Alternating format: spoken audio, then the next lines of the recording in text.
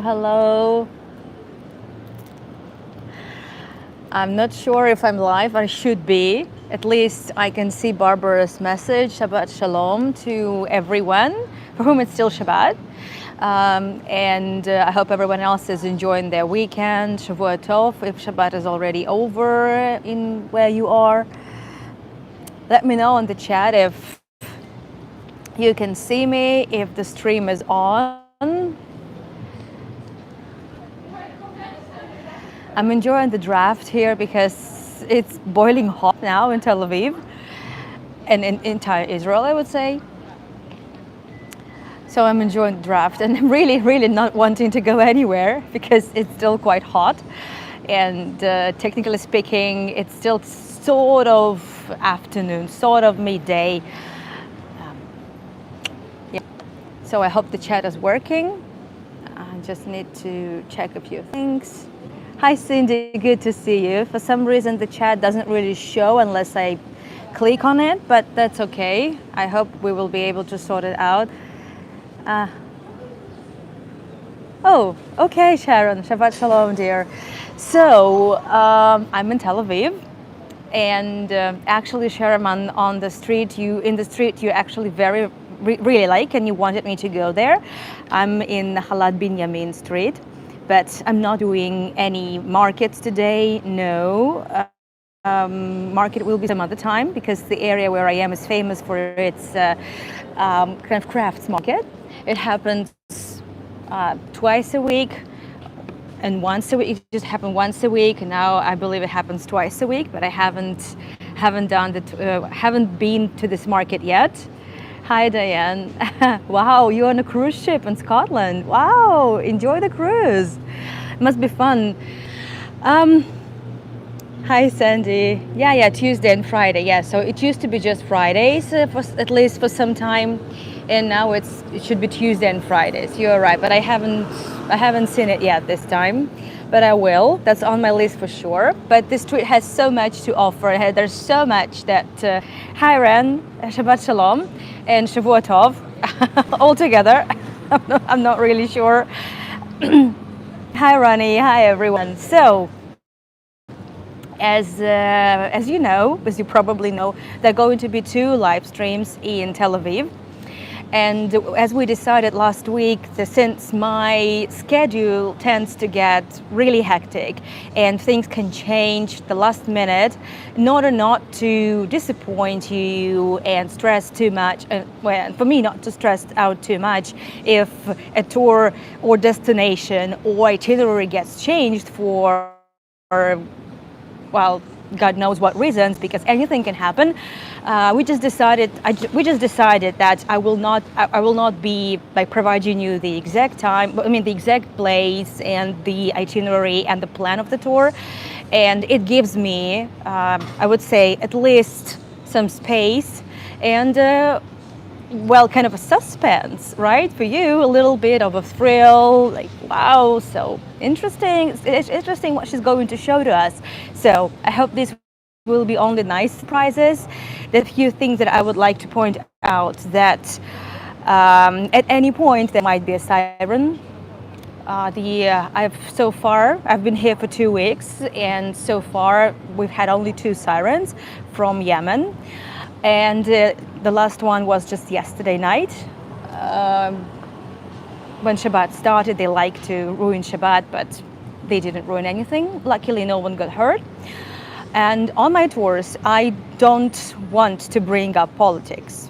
And if some idiots pop up, with very popular slogans, just please help me block them and help me, file a complaint, or something, because it's not easy to do it as you live stream, and I have a lot more opportunities to do this while I'm on a big screen on a desktop. But thank you, Ellen. Thank you so much. So I think the pop-up tours, it's just nice, give some freedom for imagination, and I can be flexible, and we'll not doing it this way, we will not really miss out on anything. So, as I said, I do not bring up politics on these tours, and I want to focus on history. So it's never a problem for me to talk about things like that. But also because of the algorithms and because of the policy of YouTube, I have to be careful in using some words, obviously. I'm in Tel Aviv, Dorley. I will explain once again where I am for those who just joined us. I'm in Tel Aviv, and I will announce where I am in Tel Aviv. Yeah. So there are going to be 2 tours tonight of, live walks, this one, and then 45 minutes after we're done with the first walk, it's going to be walk number 2. And to be honest, I haven't really decided where exactly we'll be going. It will depend on where we finish this part of the journey, and we'll see. We will see. And then going to be 2 more tours. I will have some time to get home, and there will be a tour of St. Petersburg. As you know, I've never really stopped on my tours of St. Petersburg, so I'm taking you to the Spilled Blood Cathedral, that church that looks like an old Russian church with the domes in the heart of St. Petersburg, so that will happen. And something unusual is going to happen within this next month. After my Spilled Blood Cathedral tour, there's going to be 1 more tour of St. Petersburg. That's going to be the Romanov Palace, premiered last weekend, Constantine Palace. So, yeah, thank you so much, everyone. It's teamwork. I love it. So I know I can rely on your support here. You will be managing the chat for me, and I appreciate that. You keep just walking shoes ready. Good for you. Good for you. Also, you need a sunscreen. So local time is 5 p.m. But honestly, you still need your sunscreen. You still need your hat. You need your sunglasses and probably some wipes because it's still hot. I'm sweating profusely. It's always a dilemma. I have a scarf and I have a hat. I don't know what to put on because it's too hot in a hat, but in a scarf it doesn't protect you enough from the shade. Honestly, I don't know. After seeing you walk back. Okay. Yeah, you need all that. I don't have flip-flops. I have Birkenstock. So, but I don't have them on now because I haven't been to the beach. Actually, I haven't been to the beach yet. I've walked obviously by the beach. And am I back? Please let me know if I'm back.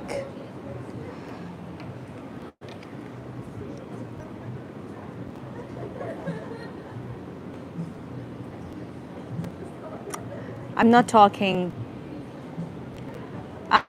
I'm back. Okay. I'm not sure whether it's the heat. I'm actually in the shade now. It could be the heat. It could be anything. So yeah, thank you so much, Dorley. Thank you so much for letting me know. And I don't see the messages all the time. That's also an issue. So since I'm seated and you can still see me and hear me, let me give you an introduction. So I am in the area called Nahalat Binyamin, the street called Nahalat Binyamin. We are in proper Tel Aviv, and I have decided to start my Tel Aviv tours from this area, which I've done so many tours of Tel Aviv before. I've done tours of Jaffa. I've done tours of the first Jewish settlements outside of Jaffa. So I decided to do something completely different, which I never really got a chance to. But I will be showing you also all those places. I will be taking you to Old Jaffa, but just not yet. And before I explain you where we are and what the street is about, let me quickly introduce you, for those who have never been here, those who haven't seen my tours of Tel Aviv, let me quickly give you some overview of what's going on here. So I'm going to switch my camera. As you can see, I'm just really alone here. It's not too crowded yet, but you will see that this street is always full of people. It's still Shabbat, which means many places are closed because many businesses do not operate on Shabbat, which is, I would say here it's not rare to see cafes and places open, but I would say 90% of Israel has a day off every Shabbat. So first and foremost, you may remember, or you must have heard of a place called Jaffa, right? So I'm sure you know of Jaffa oranges. So because that's from where oranges used to be imported all over the world. Exported, all over the world after the Second World War. So Jaffa, it is the oldest part of Tel Aviv. Actually, it's one of the oldest continuous settlements in the land of Israel. And we know of Jaffa even from the Old Testament. This is where the Seder wood for the Temple of Solomon would be brought to from Lebanon. And so Jaffa has always been a big port. And for a long time, it was the only big settlement here. Actually, this was exactly like that up until 1880s. Because of the port, because of the commercial interests, and also because this was the city protected with the walls for a long time, and that granted protection. But Jaffa it's still quite limited in space. So by mid 19th century, it was just too crowded and dirty, and the different diseases would break out every day, and it was decided to start finally moving outside of the walls, and those would be first there would be some Arab settlements and the first Jewish settlement as well, such as Neve Tzedek or Neve Shalom. We are going to enjoy that area also at some point, but I wanted to start something completely different. Because we have done those tours together. So, but speaking of Tel Aviv, I'm looking for another image to share with you. Give me a moment. And speaking of Tel Aviv is a very young city compared to Jaffa. We are talking here only about 1909. This is when Tel Aviv was established. Actually, it was just one of the first settlements. And look at these people. Those are some 60 something families that prior to that brought the land from the Ottomans. So for 400 years, up until the end of the First World War, the Ottoman Empire had control over these lands, and the land was called Ottoman Palestine. You know, Palestine is not name of the state; it's the name of a region ever since the Roman times. If there is someone who's not familiar with the story, I would gladly spare time to explain this to you. So please let me know on the chat. And these people, they bought the land from the Ottomans. It wasn't easy, but that was done. And then they decided to play this shell lottery, and this is how they eventually distributed the plots of land for their families. But those were rich people. Those were rich Jews from Europe that just decided to save their capitals, to save their money from the pogroms and discrimination that's only just started at that point. Not everything is closed, but a lot of places are closed, and I don't feel it's a pity. They just because it is prohibited to run business, to do many things, to use electricity and all sorts of appliances. So people are resting, spend time with their families. So it's not a pity, it's just how things are. And if you want to work, you go to work. There are certain things, like you need to pay for this a little bit to the state, but in a nutshell, it's not a pity. People enjoy that. But those were rich people, as I said, and they would quite quickly start building themselves beautiful houses. Well, it started as it's important to understand that everywhere we are, it was just the dunes, it was just the sand, and whatever we're going to see is the result of work of Jewish families. They brought, obviously, not only did they bring their capital, they brought also the fashion, the architecture, and obviously, I would say that the first Tel Aviv, that first neighborhood was called Ahuzat Bait. It's kind of a homestead, but that was a rich neighborhood. And we are going to walk there. We are going to explore the Rothschilds Boulevard. We're going to explore that area. But we are in the area Nahalat called Nahalat Binyamin. And that was another community that was established slightly later, just slightly later after Ahuzat Bait. And we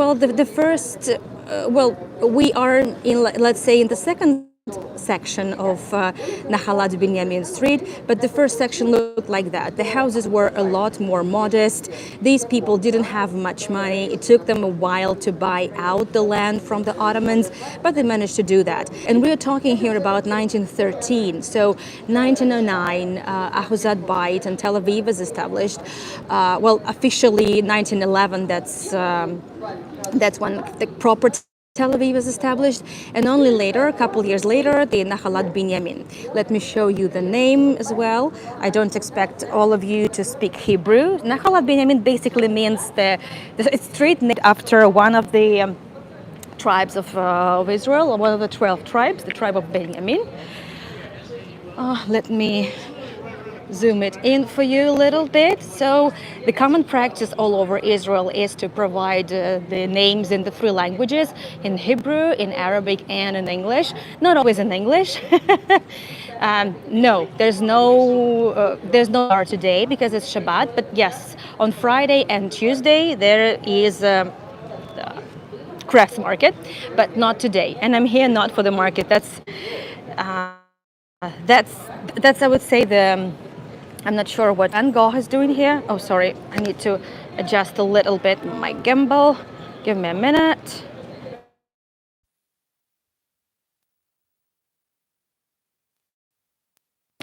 Yeah, I hope the sound is back. I just needed to readjust a little bit the cord because the cord is too heavy. I'm not sure what Van Gogh is doing here, but that's okay. So I guess there's something dealing with the sunflower. Maybe. I know the store, they sell nuts and stuff. So, Nahalat Binyamin.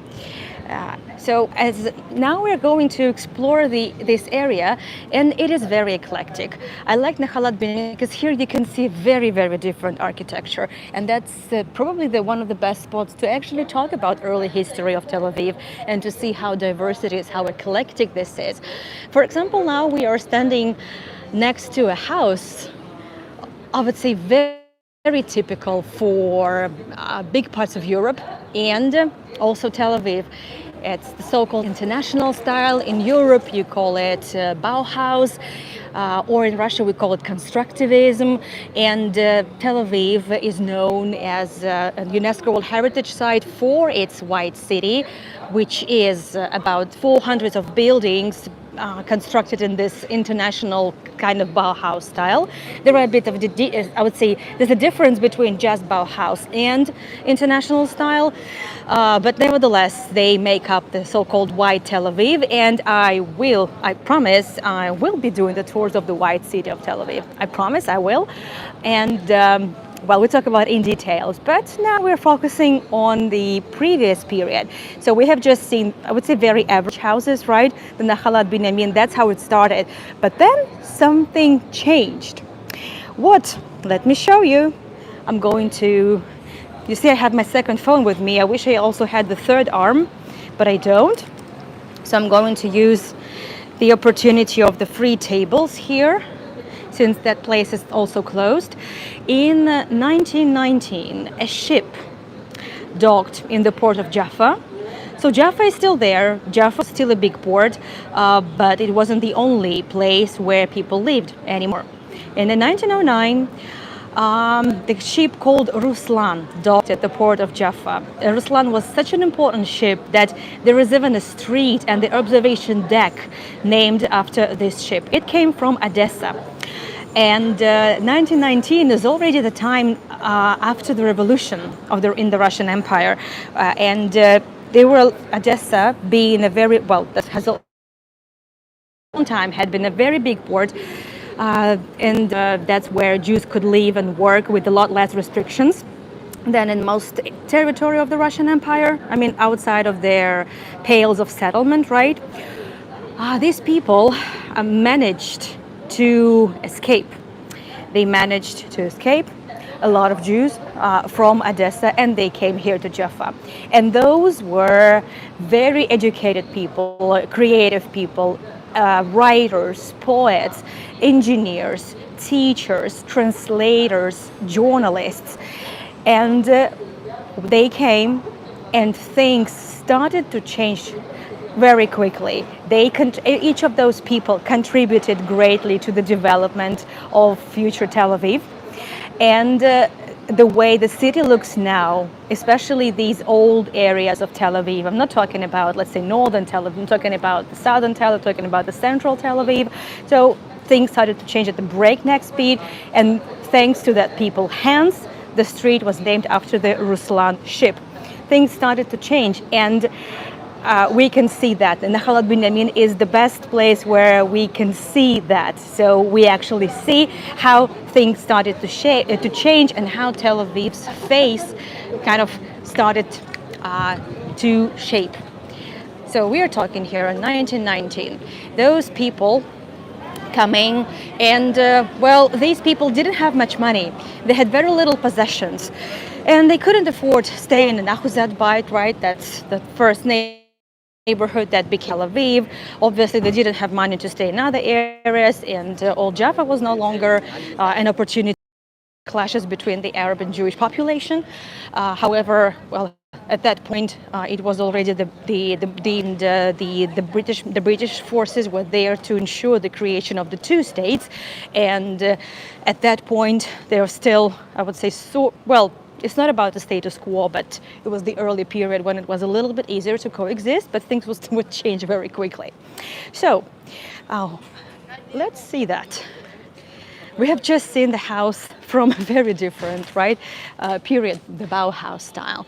But when these people came from the Ruslan ship, look at that. So they brought with them, again, everything they knew. They brought with them the architecture of the Russian Empire and the glorious Odessa. But at that point, people were from everywhere. So Odessa was just a place where a lot of people, especially would say the monarchists and also Jews, who were not the monarchists obviously, but they were also trying to escape from the Bolshevik rule.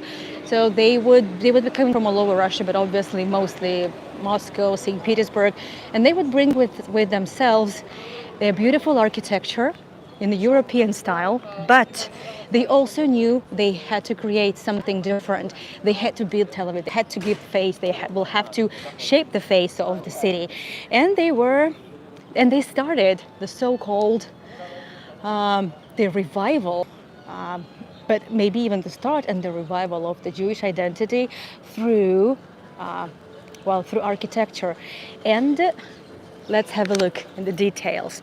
So they didn't invent the new style at that point, but they would try to implement some Jewish details into the architecture. So for example, let's see the flowers on the facade over there. These are the pomegranate flowers. The pomegranate flowers also there. So obviously, like, had I just shown this to you, this building, without pointing out at the details, well, you would think that we're somewhere in Europe, right? It looks very much like some Art Nouveau, right? Absolutely. Well, it's not exactly so. This is I would say, Israeli Art Nouveau. So the pomegranates are one of the important species, one of the 7 species that they also represent fertility and abundance and whatnot in Judaism. So they're here. Obviously, there will be stained glass. There will be long, big windows and shutters, because that's important. And reminds you of Portugal. Oh yeah, Portugal, well, it has beautiful Art Nouveau architecture. And this is, I would say, sort of Israel's Art Nouveau, or I would say, better say, eclecticism. Let's have a look at this building. It has even more of these traits. And this is the famous house, Palm House. It's called a house with a palm. It was built by, again, one of those people who came on a Ruslan ship, Yoshua Tzvi Tabachnik. Yoshua Tzvi Tabachnik. He dreamt to be the chief architect of Tel Aviv. That didn't happen, but here in Nahalat Binyamin Street, he's definitely one of the chiefest, one of the main architects who contributed greatly to the way the street looks. Have a look. So first and foremost, we have the palm. And we know of the importance of the palm trees that decorated also the temple. And we know the dates are also one of the important products. And also you will see Stars of David. You can see Stars of David over there, and even the shape, this detail on the top is a bit suggestive. A local tour guide, a friend of mine, actually told me that what it could mean. I mean, these details on the very top, right in the central section. So a local guy told me, her version of it, that it might look like the horns. This is the so-called altars for sacrifice in the temple, and it looks very much like one of those. It's just an example. It's just an example, and it's just a version. It's not really. It was never really interpreted for us. I would say Joshua Tzvitabashnik didn't bother to explain. Again, you see the pomegranate flowers, and if I come closer, we will see another Star of David and another Star of David and the menorah. Can you see the menorah? Right. So you see the candelabra, the lamp. Menorah actually means the lamp. And if I come closer, I think, well, here you can see that. And also you can see the different colors of the glass. Well, had there been lights on, you would have seen it a lot better, but you can see that this is the stained glass of different colors. I have never been inside this house, but I have the photo. I found them online in open access. So these are not my photos. I just found them on the internet. There's photos from the inside and over there. So that's also something.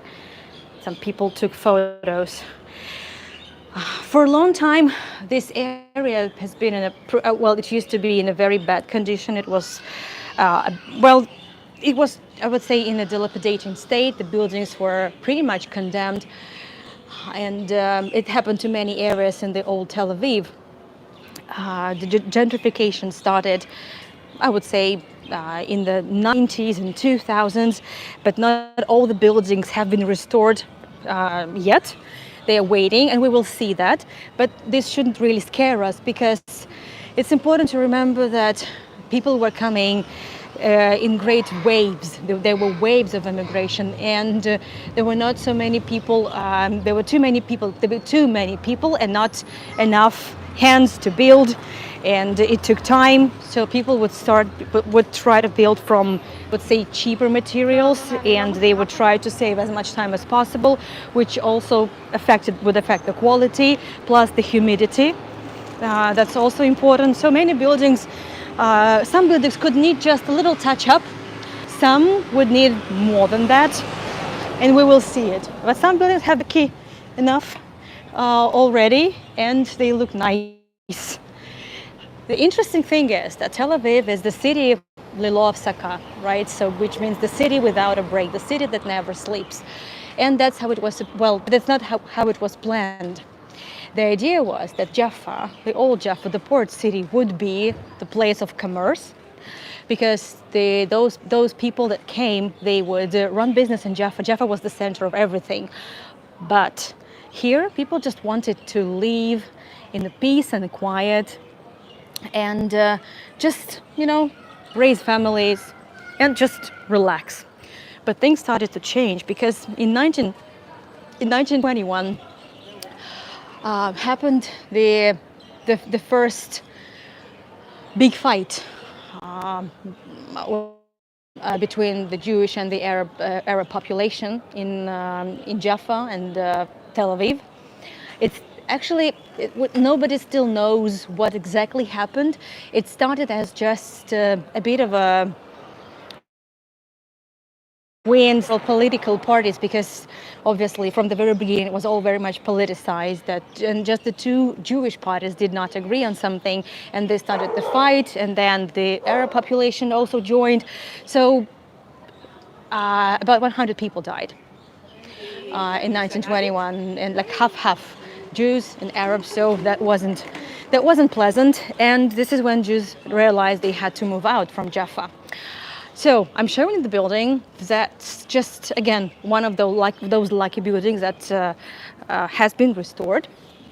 You can see also the Star of David here, but you can also see, I would say, the elements very typical for Art Nouveau.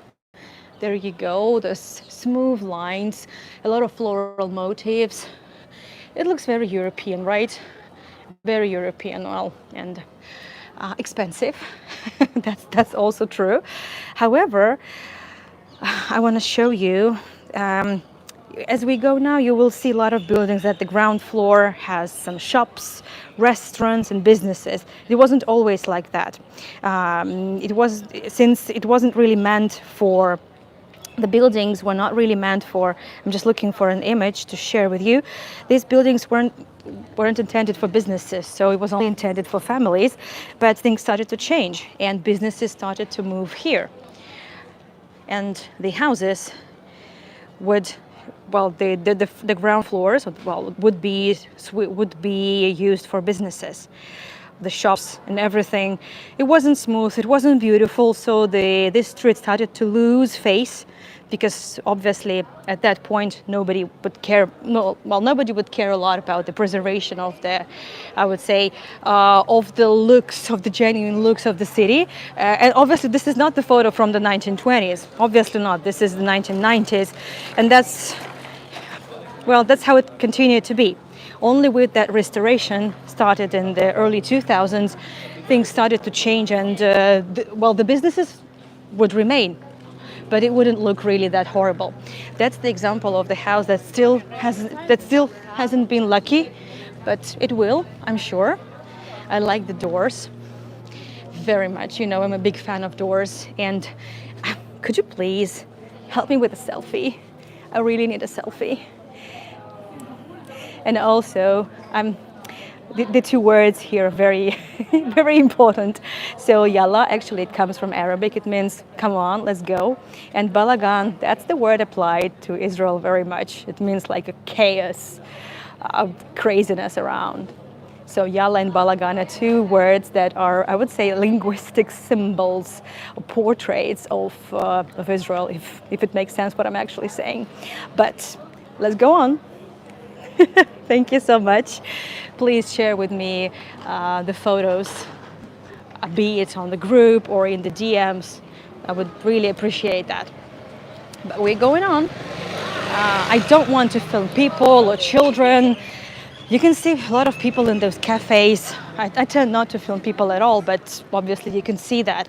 It's important to understand we're still amidst the conflict, the war. And even if people are out, it doesn't mean people have forgotten. It doesn't mean any of that. But the love of life and optimism and resilience of the people of Israel, well, I commend that. And I just wanted to show you so that people remember. So you will see a lot of flags of Israel, obviously, with the yellow sash, with the yellow ribbon, which is the symbol of remembrance and resilience, and the yellow color. Let me zoom in if you can. Just a second. It's just that it's not so easy to operate with one hand. Over there. I'm not sure why the words are backwards. I guess it's something to do with the camera.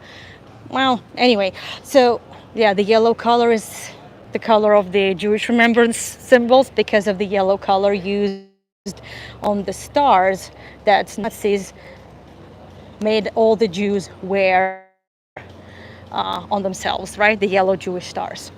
This house is very interesting. This is the kind of, well, this house has been restored, but the idea is this is kind of the fusion of the style of the Ottoman Empire, right? The Eastern style, the Eastern architecture, and the fusion with the European one, so with the European architecture.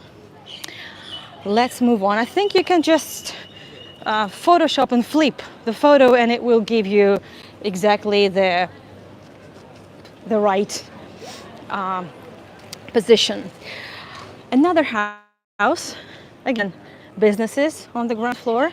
I like this house a lot. It doesn't have, I would say, many decorations. It just has a little bit, and that's enough, I would say. This is the so-called house with camels. Because of this, because of the tiles. But there is more to it. It's not just the tiles, it's not just the camels, but also the shepherds.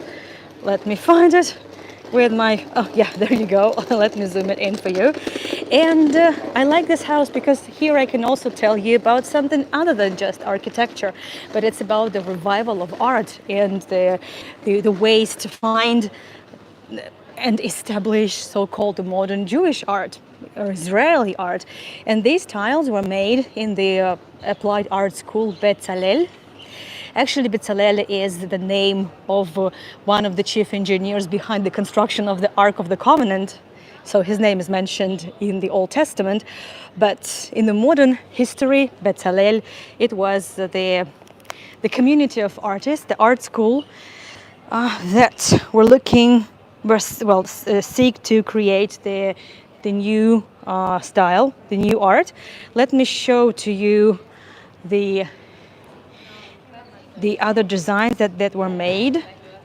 Well, look at all these tiles. They look very much Art Nouveau-ish and eclectic. So definitely Betzalel school would imply a lot of European features, but they would just, I would say, I'm not sure they would make Jewish. They would just use the elements and things relevant to the Jewish culture, to the state of Israel. And I want to show you a few more things. Give me a second. Give me a second. So the Betzalel school. It's now called Betzalel Academy of Arts and Design, based in Jerusalem. There you go. And and I just found another beautiful tile made by Betzalel. So there's a lot of the tiles and other details that Betzalel school produced. So they were behind the creation of the establishment of this Israel's, I would say, eclecticism. Actually, community because they were already in the Okay, let me move to this side. And yeah, obviously, everywhere you go. Sorry, I missed the chat. There's something going on and I missed it. Let me see. Where is the closest McDonald's? The closest McDonald's is really not far from here, but it's closed because McDonald's don't work on Shabbat. Or at least not the ones I know. I'm not sure. So street art, definitely at some point there should be a street art tour done. I'm not a very big fan of street art, but there are places where the street art is really art, not just some doodles. But what I want to show you is the house that hasn't been lucky yet. No cheeseburgers, only with the fake cheese. But McDonald's won't give you any cheese, even the fake cheese. They don't provide it. Yeah. So, but you can find a lot of places with just fake cheese, and obviously in Tel Aviv you can find also non-kosher options, and you're gonna have just very good cheeseburger as well. So, it's not like everyone here is made to be Jewish, is made to keep kosher. No, it's not like that at all. It's not like that at all. And when the state of Israel was established in 1948, so it was established as a democratic republic. Yeah, it's a Jewish state, but no one was made to say, comply with all the rules. Let's put it like that.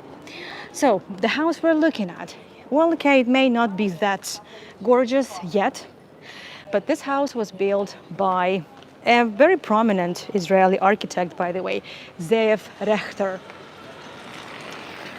Great point art or murals, not the same. Absolutely. Murals is something different. Well, and in general, I would say that street art is quite diverse here, and it's, I would say, even conceptual. So we will talk about it at some point, I promise. And I will be pointing out some things I would say quite relevant for Tel Aviv's street art. So Zeev Rechter is the architect who also came on that ship, the Ruslan ship. And actually it would be the dynasty of architects So Zeev Rechter, he built, and his children built great deal of buildings. Zeev Rechter is mostly known as the international style architect. Like most of the, I would say, his buildings would look like that, and they would be in those, in that, what do you call it? Give me a second. The white Tel Aviv. The white Tel Aviv, well, listed buildings in this, white city of Tel Aviv, UNESCO World Heritage Site. So this is just one of the houses that Rechter built. And quite quickly, after he finished this building, he switched to other styles, less ornate. It's also called the house with the vases. Let me show it to you over there. And you can trace that this house has a lot less, I would say, Jewish details, and it has, I would say, compared to the house we have just seen, compared to the houses of Joshua Tzvitabachnik, for example, obviously this house looks way more modest. It was built for, well, a rich businessman. But Rechter, so once he built it, he hated it. And also I was told by local tour guides that after that Zeev Rechter would even try to avoid the street at all. Where exactly is the house you showed? What do you mean? It's Nahalat Binyamin. I don't remember the number of the house. Is this relevant? Oh, it says 16. Nahalat Binyamin 16. Why is this relevant, Orly? I'm not sure I follow. But we move on. Again, as you can see, eclecticism and everything. And then just behind this building, the white what? Sorry, dear, the white what? And obviously, Tel Aviv is known for its high-rise buildings, for its skyscrapers.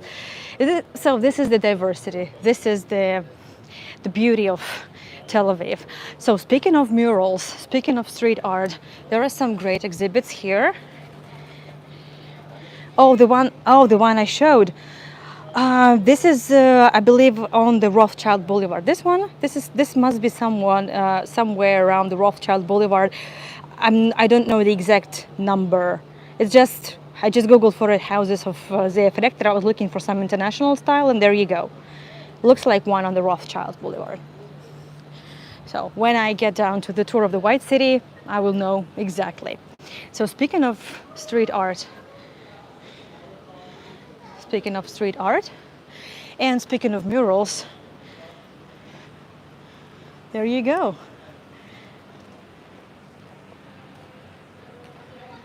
There's a lot here, and they tend to change very often. So if I come here in a week, we might not see at least some of these murals, which is very, very possible, very possible. But we move on.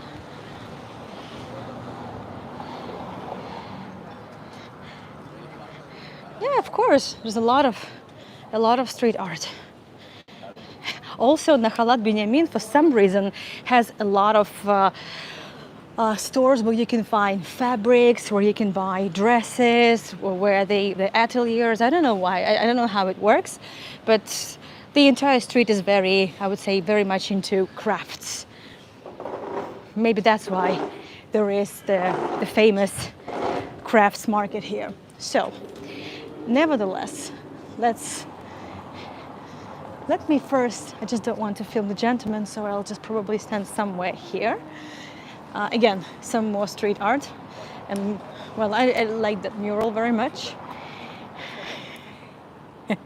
There you go. So this building, obviously disregard the upper level, which was added at some point, obviously. That's kind of the upper floor. That's obviously a restaurant now. Looks like it, though. I don't know. Well, this building is quite interesting story. It's quite an interesting story. It used to be a hotel. Obviously, with all those waves of immigrants, people needed to live somewhere. And as I said, there was always shortage of housing. There was never ever enough space. So that's why many buildings in Tel Aviv would look like that, because people just didn't have money to live like that, like the house by Zeefrechter, right? And it was just the beginning. So when the new immigrants, the Olims, as we call them, right, from the word Aliyah, which means the ascent, the rising, but also that's the word for those returning to the land of Israel. So all those Olims, all those immigrants, they had to live somewhere. And for them would be several hotels in Jaffa. And there were two people, like two businessmen, two entrepreneurs that would be the rivals, like really, really big rivals, Chaim Baruch and Elkan Spector. Chaim Baruch and Elkan Spector had their hotels in Jaffa. And then Spector realized that, well, he could also establish a hotel in Nahalat Binyamin, unlike Jaffa, which was always extremely congested, crowded, and there was not enough space. So he built a hotel here. Their hotels were pretty bad. They were infested with, different insects and parasites and whatnot, but there was not really much choice, so I guess. And after spending weeks at sea, those seasick Olims would be happy with whatever. I want to show you the photo. That's what this house looked like in the 1920s when it was built. So the buildings I'm showing you, so they will be built in the 1920s, 1930. Well, 1920s, they were like till the end of 1920s. That's what it looked like. But shortly after that, the building would become a hospital. So after another fight between Jews and Arabs in Jaffa, there were a lot of people injured, and there was needed a place for hospitals. So there was also another school, the Herzliya Gymnasium, that was used to accommodate the injured, but there was not enough space. So the city administration asked Spector to provide his hotel, and he provided, and shortly after that it just totally became the hospital. So this house looked like that, as I showed you. Locals still call it the Spector's building, the Spector's hotel, but it's no longer a hotel at all. Let's move on. Again, as I said, look, there's so many stores. I don't know how it works. and they sell, I would say every shop is different. You can find, I would say, like, let's say I like some fabrics in one store, but I also like some fabrics in another store. I don't know. I have no idea how people get to choose. There you go. It's still the Spector's hotel. That's that section, middle section. And what I like is that you can actually get inside. So since I'm missing Tbilisi even, and you know how much I miss St. Petersburg with its lobbies. So let's explore what we've got in here. The beautiful doors, right? I don't know if we're going to lose a signal. It might happen, but even if I disappear, I will come back quickly. Well, the tiles, that's not the Medlach tile. There was no money, there was it was impossible to just that quickly arrange the supplies of the Medlach tile. So all the materials will be produced here. Plus, by that time, there had already been operating several concrete factories and construction materials factories in Jaffa. Well, next to Jaffa, with German colonies as well, had their production. Yeah, please go ahead. Sorry. So I like that the tiles have been preserved, and I would say they're like forever, maybe even. And let's have a look at the railings. The wooden railings are still here. That's quite amazing. As you see, the building really needs to be taken care of, but it's still here. And again, some art.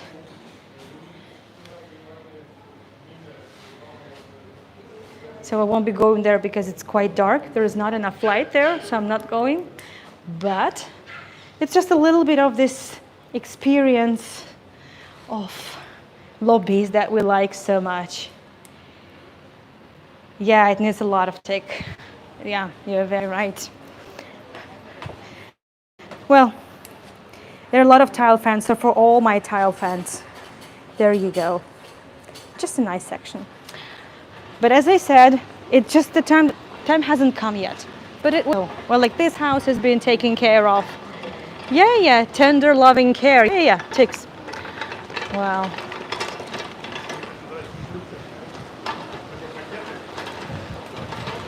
I like this one. I like this mural. The plague masks. But we move on. I remind you that 45 minutes after we are done with this tour, and we are wrapping up in around 10 minutes, there will be a continuation. So let me get through.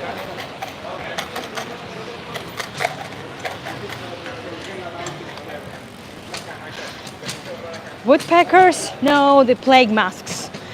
Wow, I like this place a lot. It's so this place, this cafe is always full. It's not like I really go to cafes here. I sometimes have to work from them, but I don't really eat out a lot, unfortunately, just because it's quite costly. But the vibe is free. Oh, they are going to come. Yes, well, on Thursday night, yesterday, there were lots of people. They're just opening. No, it's going to be full. Trust me, it's going to be full. Well, I guess this is the nice way, the nice place to start wrapping this up. Look at this gorgeous building, the corner building. I like it a lot. And this is the Nordau or Nordoi hotel building. Very eclectic, very Tel Avivian style, but also, again, could be anywhere in Europe, right? Had there not been some details that are a little bit too Jewish, such as very modest, but nevertheless, Stars of David on over there. Not sure if you can see those. I'll try to zoom in as much as I can. So let's hold on. Where is that? Over there. Can you see the Stars of David over there? On the pipes. A very pretty building that has been also quite recently refurbished. Has been given a lot of tick, a lot of tenderness, love and care. I want to show you a few things. Just give me a second. My other phone also needs some tick. I guess my old phone is just heated too much in my hands. It's not so much heat outside because we've been in the shade mostly, but for some reason it's pretty bad now. So give me a minute. So it's heated and it's quite slow. So I wanted to show you just a few things. So the hotel is named after the Hungarian Jewish writer. I hope you can see it, Max Nordau or Nordoi. That's the way it would be pronounced in Yiddish. So, but Max Nordau or Nordau, it's both ways are okay. And from the very beginning, it was built as a hotel. There was a need for the hotel, for merchants, for establishing, for bringing international businesses to Tel Aviv. Because from the very beginning, the international businesses, the connections with Europe and America were encouraged, and obviously, there was a lot of British businesses during the Mandate period. That's exactly when this house was built. And so this hotel. Also, the local businessmen, also people from kibbutz that would come to Tel Aviv for negotiations and whatnot, they would be staying here. So this corner building, I would say it's one of the symbols of Tel Avivian eclecticism. very eclectic architecture. The shutters you cannot do without, the balconies you can do without. So we could say that in 1919, when the Ruslan ship came, there was no really a face. There was no really, I would say, the city plan, of how the future Tel Aviv would look like. Those were the very beginnings, and people were thinking about, I would say, more mundane things and the survival and establishing their life from scratch, the fresh start. And within 10 years, Tel Aviv got the face. Tel Aviv had the city plan. Tel Aviv had the city architect, the chief architect. And there were some very important things that had to be present at every building, so such as the balconies, such as the shutters. And also, a very important thing would be at that point to have gardens. So the houses had to have courtyards and gardens. And that's why some areas of Tel Aviv would actually be, I would say, very, very, very green, knowing that everywhere here there used to be just sands and dunes. We need to appreciate every tree, honestly, every tree. I want to show you once again. I showed this in the beginning of the tour, but I will show it once again. So just imagine. It was just the sands. It's not the same street. This is the beginning of the Rothschild Boulevard. And that kiosk, by the way, is still there. It's just for you to see that there was just the sand dunes. And all that was built by people who believed and lived with this idea of starting things from scratch in their homeland, in their ancestral homeland. And they put their blood, sweat, and tears, and a lot of blood and a lot of sweat into this. And it paid off. Just see this. Again, this is not the same street. It's very close, but it's not the same street. And, well, in 45 minutes from now, we will carry on. We will start not far from here, and we will see how the eclectic style evolved. We will see some more of this, I would say, must-sees. And yeah, unfortunately, not unfortunately, from everywhere here, we will see this high-rise buildings, but that's okay. And, well, this I like very much. These fabrics I like very much. I'm not sure whether it's just for fun, for kicks, or they actually sell this. I wouldn't mind a dress like that. I wouldn't. Or maybe the strawberries, so the organic strawberries from 1985. Why not? So, let me know if you have any questions. Again, as I said, definitely I will be doing tours of Jaffa. I will be doing the sunset tours. I will be showing you Nevet Tzedek. I will be showing you all the areas, and we are going to have a walk in the White City, in the UNESCO World Heritage Site. There's a lot to talk about. There is a lot to show, and I just wanted to start my Tel Aviv tours with something that I have never really showed you before. So, hold on a second. I would appreciate your support. There is a pinned comment on the chat. It should be at the top of your screen with the links. You can support me either by sending your PayPal donation. You can buy me coffees. And on my website, the link is also there, anayagai.com. You can find a lot more tours. There are 7 more tours scheduled for tonight. The second one is in 45 minutes from now, from Tel Aviv. Then a break for me just to have enough time to get home and take a shower because I'm sweating. And then 2 more tours and 4 tours tomorrow. So I'm here, I'm hanging around for a couple more minutes just to see if you have any questions. And well, there is so much more to see. And the area I will be heading to, it's even greener, it's cozy, even cozier. And this is the area where people live still. So it's alive, it's not a museum street or something. No, nothing of this kind. Thank you so much, Dolly. Thank you, everyone. Let me go over the chat because I haven't seen all of it. Yeah, Sharon, indeed. So I thought maybe coming here when the market is on, but then had I come here for the market, I wouldn't have been able to show you the street. It's so difficult it would be so difficult to concentrate to show both. I will be concentrating either on the market market, from the architecture, and I wanted to give Nahalat Binyamin enough attention because it is incredibly beautiful. Thank you, Cindy. Thank you, Sandy. Thank you, Cindy. Thank you, everyone. Robert, Ronnie. Thank you. It's been really fun taking you here. I love this area, and I'm so happy now that I can show it to you. Oh my goodness, there's so much. There's so much. Wow. Thank you so much. It's really, really, really. I need a neck fan. I need all sorts of fans, honestly.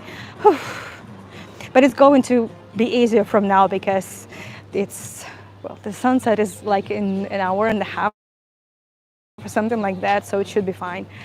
And well, we're likely to, we're definitely going to finish already when it's pretty dark outside. So we'll also see what it looks like at night.